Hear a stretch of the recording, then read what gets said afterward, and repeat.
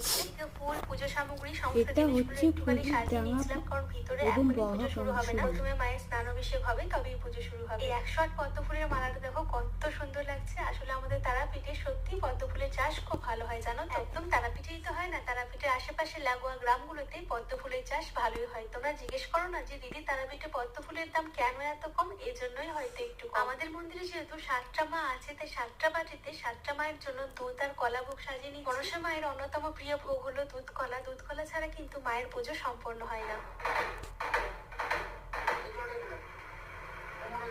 স্নানাভিষেক পর্ব তো শেষ, এবার নিজের মতো করে মাকে পুজো করার পালা। এত ভোরবেলা মন্দির একদমই ফাঁকা, তবে যত বেলা বাড়বে তত মানুষের ভিড় হবে। তবে এই ফাঁকার মধ্যে মাকে পুজো করা বা প্রণাম করার মধ্যে যে শান্তি, সেটা বলে বোঝানো যাবে না। 7টা মাকে শাড়ি পরানো, ভোগ নিবেদন করা, তেল সিঁদুর মাখানো, সবগুলো মা একে একে করে নিই। ছোট ছোট সাইজের জবা ফুলের মালাগুলো অর্ডার দেওয়া ছিল, মালাগুলো ভীষণ সুন্দর লাগছে। মায়েদের পরে দেখো কত সুন্দর লাগছে। তবে সবচেয়ে অপরূপ লাগছে যখন এই 108 পদ্ম ফুলের মালাটা মাকে পরানো হলো, তখন যেন মায়ের দিক থেকে আর চোখই ফেরানো যাচ্ছে না। মা যে আমাদের রাজরাজেশ্বরী, তার রূপের কোনো তুলনা হয় না। এই সোনার মালাটা হচ্ছে মায়ের জন্য, আর মালাটা পরার পর মাকে দেখতে কতই না মিষ্টি লাগে। মাঝারি মা হলো সবার থেকে বড়, আমাদের বড় মা।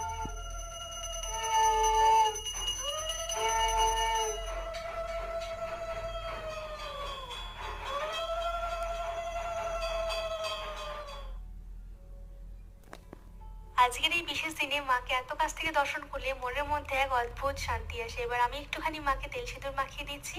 মা সকলের মঙ্গল করুক, সবাইকে খুব ভালো রাখুক।